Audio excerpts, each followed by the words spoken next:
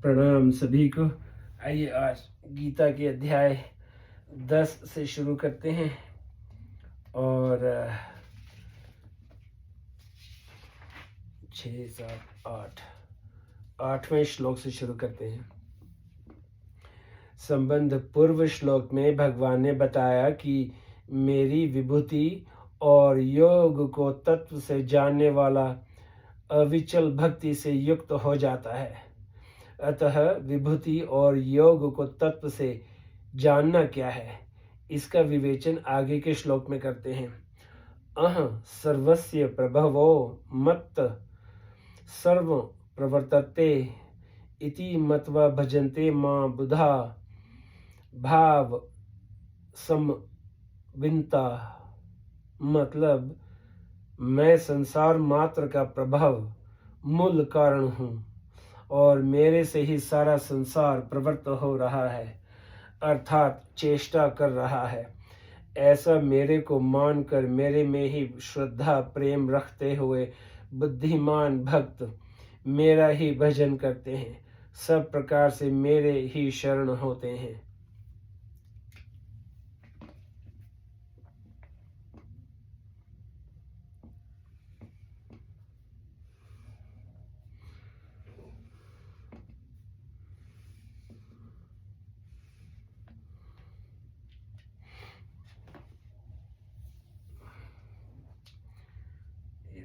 हरे कृष्ण कृष्ण कृष्ण हरे हरे, हरे राम राम राम हरे हरे।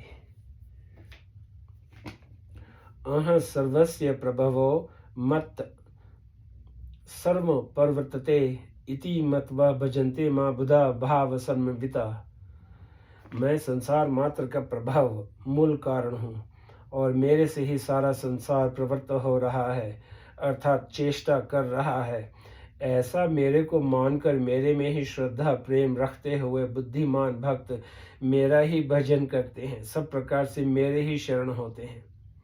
व्याख्या। पूर्व श्लोक की बात ही इस श्लोक में कही गई है। अह सर्वस्य प्रभव में सर्वस्य भगवान की विभूति है, अर्थात देखने सुनने समझने में जो कुछ आ रहा है वह सब की सब भगवान की विभूति ही है। मत सर्व प्रवर्तते में मत भगवान का योग मतलब प्रभाव है, जिससे सभी विभूतियां प्रकट हो रही हैं। 7वें 8वें और 9वें अध्याय में जो कुछ कहा गया है वह सब का सब इस श्लोक के पूर्वार्ध में आ गया है। सर्वस्य प्रभव मानस नादज बिंदुज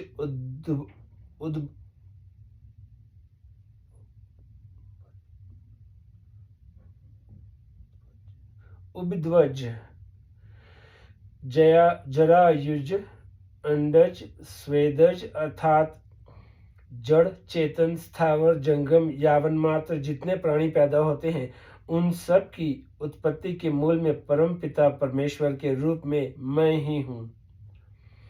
जैसे 7वें अध्याय के 6ठे श्लोक में भगवान ने अपने को अपरा और परा प्रकृति का कारण बताया है और 14वें अध्याय के 4थे श्लोक में अपने को बीज प्रदान करने वाला पिता बताया है। ऐसे ही यहाँ भगवान ने अपने को सबका उत्पादक बताया है। यहाँ प्रभव का तात्पर्य है कि मैं सबका अभिन्न निमित्तोपादान कारण हूँ, अर्थात स्वयं मैं ही सृष्टि रूप से प्रकट हुआ हूँ, अर्थात मैं ही सृष्टि रूप से प्रकट हुआ हूँ। मत सर्व पर्वतते संसार में उत्पत्ति स्थिति प्रलय पालन संरक्षण आदि जितनी भी चेष्टाएं होती हैं, जितने भी कार्य होते हैं वे सब मेरे से ही होते हैं। मूल में उनको सत्ता स्फूर्ति आदि जो कुछ मिलता है वह सब मेरे से ही मिलता है। जैसे बिजली की शक्ति से सब कार्य होते हैं, ऐसे ही संसार में जितनी क्रियाएं होती हैं उन सब का मूल कारण मैं ही हूँ। अह सर्वस्य प्रभवो मत सर्व प्रवर्तते कहने का तात्पर्य है कि साधक की दृष्टि प्राणी मात्र के भाव आचरण, क्रिया आदि की तरफ न जाकर उन सब के मूल में स्थित भगवान की तरफ ही जानी चाहिए। कार्य, कारण, भाव, क्रिया, वस्तु, पदार्थ, व्यक्ति आदि के मूल में जो तत्व है उसकी तरफ ही भक्तों की दृष्टि रहनी चाहिए।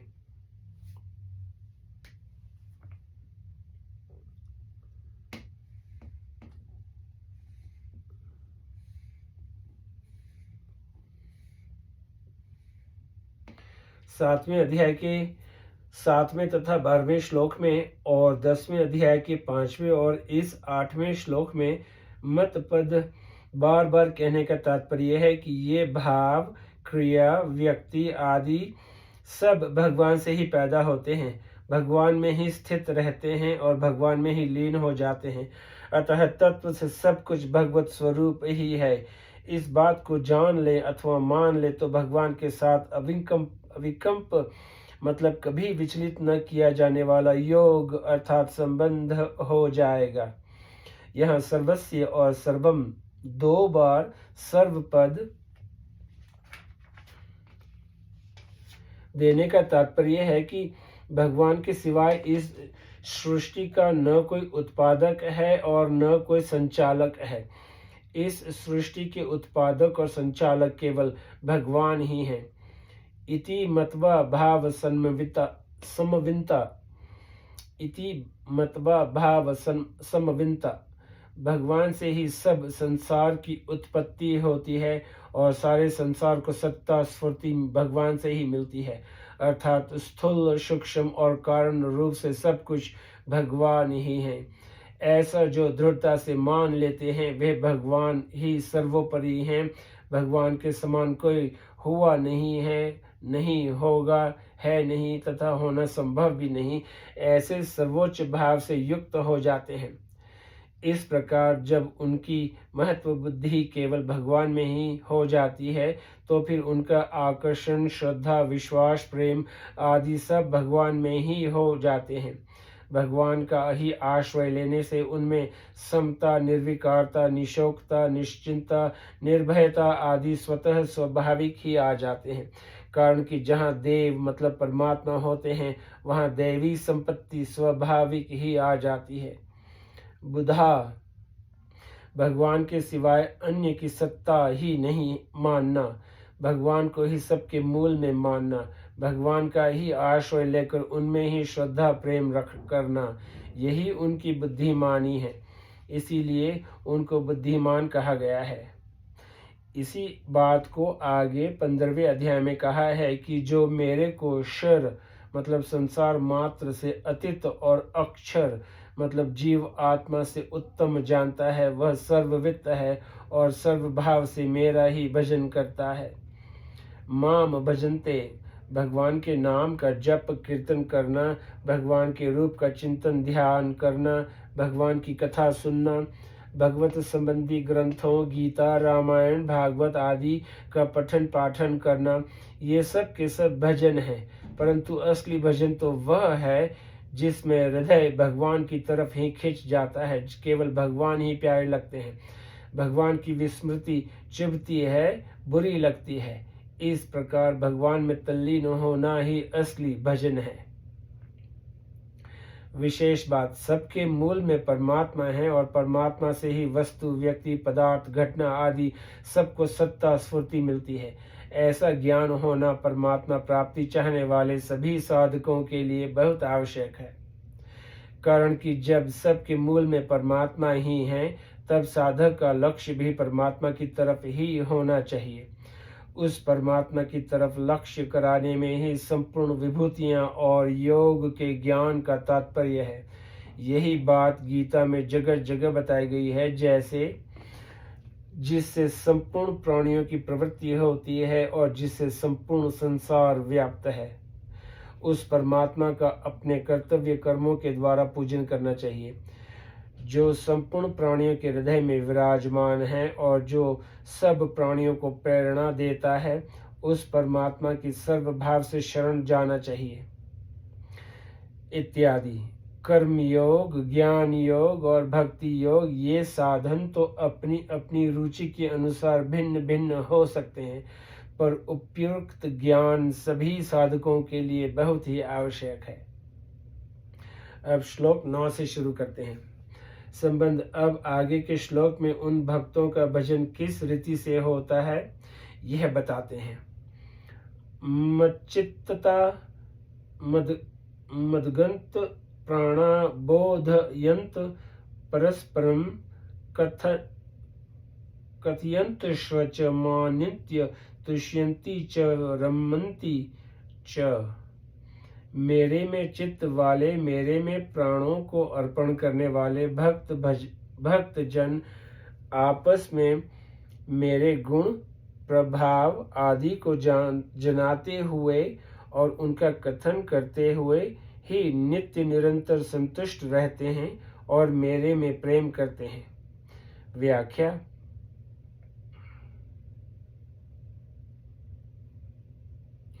भगवान से ही सब उत्पन्न हुए हैं और भगवान से ही सबकी चेष्टा हो रही है, अर्थात सबके मूल में परमात्मा है। यह बात जिनको दृढ़ता से और निसंदेह पूर्वक जच गई है, उनके लिए कुछ भी करना, जानना और पाना बाकी नहीं रहता। बस उनका एक ही काम रहता है, सब प्रकार से भगवान में ही लगे रहना। इस श्लोक में 6 बातें हैं। उनमें से मच्चित्ता और मदगंत प्राणा, ये 2 बातें स्वयं करने की है, अर्थात भक्त स्वयं स्वतंत्रता पूर्वक ऐसे बन जाते हैं। बोधयंत और कथयंत, ये 2 बातें आपस में मिलने पर होती हैं। और तथा तुष्यंती और रमन्ति, ये 2 बातें फल रूप में होती हैं। सब प्रकार से भगवान में ही लगे रहना, यही बात इस श्लोक में बताई गई है। मच्चित्ता, वे मेरे में चित्त वाले हैं। एक स्वयं का भगवान में लगना होता है और एक चित्त को भगवान में लगाना होता है। जहाँ मैं भगवान का हूँ ऐसे स्वयं भगवान में लग जाता है, वहाँ चित्त बुद्धि आदि सब स्वतः भगवान में लग जाते हैं। कारण कि कर्ता मतलब स्वयं के लगने पर करण मतलब मन बुद्धि आदि अलग थोड़ी ही रहेंगे, वे भी लग जाएंगे। करणों के लगने पर तो कर्ता अलग रह सकता है, पर कर्ता के लगने पर करण अलग नहीं रह सकता। जहाँ कर्ता रहेगा वहीं करण भी रहेंगे, कारण कि करण कर्ता के ही अधीन होते हैं। कर्ता स्वयं जहाँ लगता है, करण भी वहीं लगते हैं। जैसे कोई मनुष्य परमात्मा प्राप्ति के लिए सच्चे हृदय से साधक बन जाता है, तो साधन में उसका मन स्वतः लगता है। उसका मन साधन के सिवाय अन्य किसी कार्य में नहीं लगता, और जिस कार्य में लगता है वह कार्य भगवान का ही होता है। कारण कि स्वयं कर्ता के विपरीत मन बुद्धि आदि नहीं चलते, परंतु जहाँ स्वयं भगवान में नहीं लगता, प्रत्युत मैं तो संसारी हूँ, मैं तो गृहस्थ हूँ, इस प्रकार स्वयं को संसार में लगाकर चित्त को भगवान में लगाना चाहता है, उसका चित्त भगवान में निरंतर नहीं लगता। तात्पर्य यह है कि स्वयं तो संसारी बना रहे और चित्त को भगवान में लगाना चाहे तो भगवान में चित्त लगना असंभव सा है। दूसरी बात, चित्त वहीं लगता है जहाँ प्रियता होती है, प्रियता वहीं होती है जहाँ अपनापन होता है, आत्मीयता होती है, अपनापन होता है भगवान के साथ स्वयं का संबंध जोड़ने से। मैं केवल भगवान का हूँ और केवल भगवान ही मेरे हैं। शरीर संसार मेरा नहीं है, मेरे पर प्रभु का पूरा अधिकार है, इसीलिए वे मेरे प्रति चाहे जैसा बर्ताव या विधान कर सकते हैं, परंतु मेरा प्रभु पर कोई अधिकार नहीं है। अर्थात वे मेरे हैं तो मैं जैसा चाहूँ वे वैसा ही करेंगे, ऐसा कोई अधिकार नहीं है। इस प्रकार जो स्वयं को भगवान का मान लेता है, अपने आप को भगवान के अर्पित कर देता है, उसका चित्त स्वतः भगवान में लग जाता है। ऐसे भक्तों को ही यहाँ मच्चित्त कहा गया है। यह मच्चित्त पद में चित्त के अंतर्गत ही मन है, अर्थात मनोवृत्ति अलग नहीं है।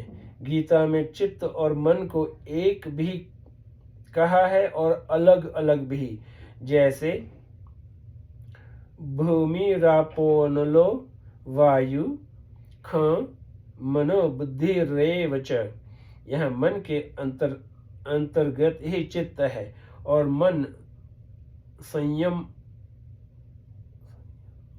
संयम्यमचित्त। जैसे यहाँ मन और चित्त अलग अलग है, परंतु इस श्लोक में आए मचित्त पद में मन और चित्त एक ही हैं, दो नहीं। मदंत प्राणा, उनके प्राण मेरे में ही अर्पण हो गए हैं। प्राणों में दो बातें हैं, जीना और चेष्टा। उन भक्तों का जीना भी भगवान के लिए ही है और शरीर की संपूर्ण चेष्टाएं मतलब क्रियाएं भी भगवान के लिए ही हैं। शरीर की जितनी क्रियाएं होती हैं उनमें प्राणों की ही मुख्यता होती है। अतः उन भक्तों की यज्ञ अनुष्ठान आदि, शास्त्रीय भजन ध्यान कथा कीर्तन आदि, भगवत संबंधी खाना पीना आदि, शारीरिक खेती व्यापार आदि, जीविका संबंधी सेवा आदि, सामाजिक आदि आदि जितनी क्रियाएं होती हैं वे सब भगवान के लिए ही होती हैं। उनकी क्रियाओं में क्रिया भेद तो होता है पर उद्देश्य भेद नहीं होता। उनकी मात्र क्रियाएं एक भगवान के उद्देश्य से ही होती हैं, इसीलिए वे भगवत प्राण होते हैं। जैसे गोपिकाओं ने गोपी गीत में भगवान से कहा है कि हमने अपने प्राणों को आप में अर्पण कर दिया। त्वयि धृता सव श्रीमद्भा, ऐसे ही भक्तों के प्राण केवल भगवान में ही रहते हैं। उनका जितना भगवान से अपनापन है उतना अपने प्राणों से नहीं। हर एक प्राणी में किसी भी अवस्था में मेरे प्राण न छूटें, इस तरह जीने की इच्छा रहती है। यह प्राणों का मोह है, स्नेह है, परंतु भगवान के भक्तों का प्राणों में मोह नहीं रहता। उनमें हम जीते रहें यह इच्छा नहीं होती और मरने का भय भी नहीं होता। उनको न जीने से मतलब रहता है और न मरने से। उनको तो केवल भगवान से मतलब रहता है, कारण कि वे इस बात को अच्छी तरह से जान जाते हैं कि मरने से तो प्राणों का ही वियोग होता है, भगवान से तो कभी वियोग होता ही नहीं। प्राणों के साथ हमारा संबंध नहीं है, पर भगवान के साथ हमारा स्वतः सिद्ध घनिष्ठ संबंध है। प्राण प्रकृति के कार्य हैं और हम स्वयं भगवान के अंश हैं।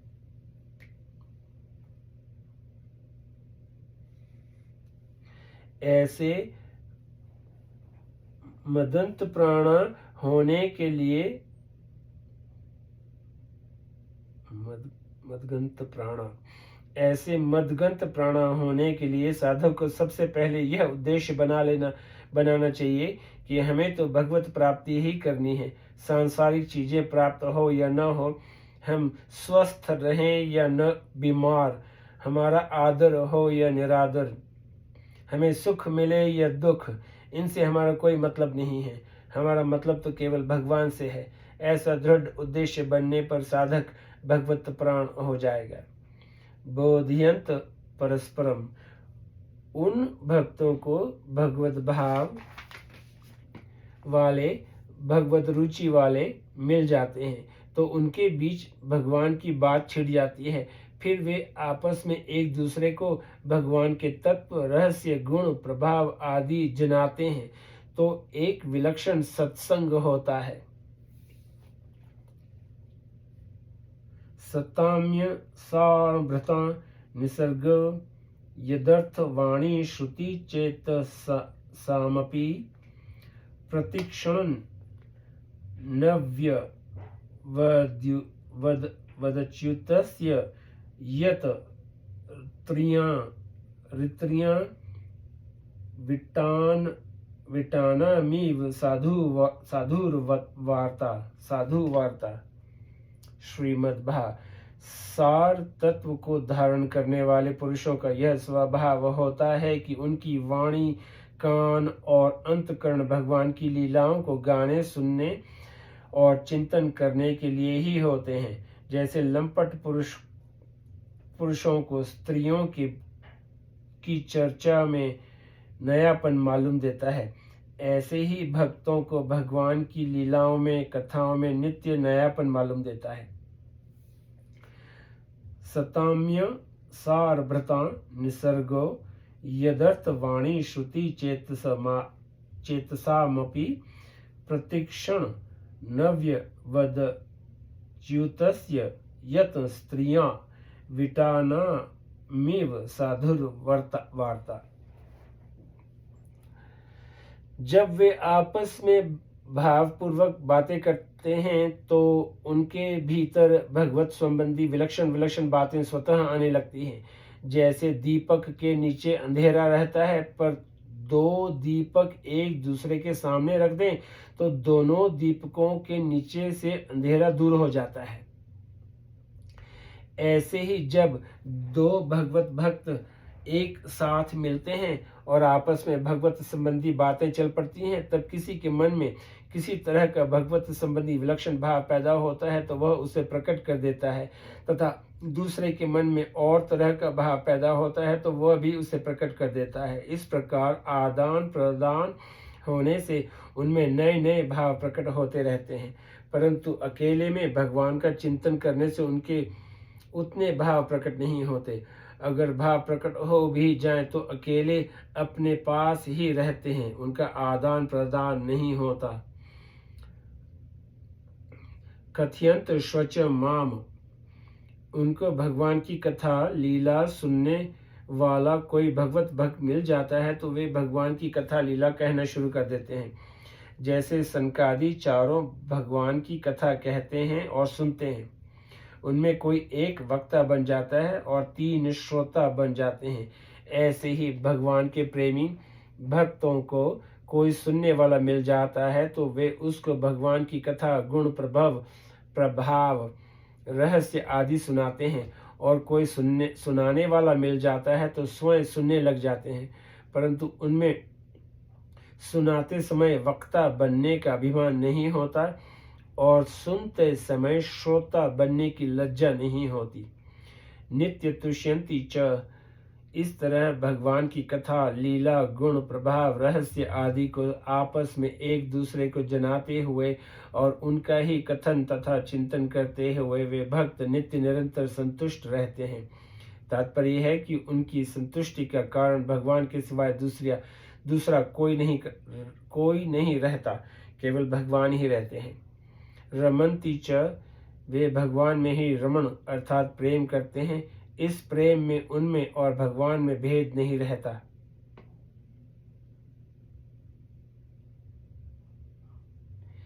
तस्मिन् तस्जने भेदः भावात्, नारद भक्ति सूत्र। कभी भक्त भगवान का भक्त हो जाता है तो कभी भगवान अपने भक्त के भक्त बन जाते हैं। एव स्व भक्तयो राजन भगवान भक्त भक्तिमान, श्रीमद्भा।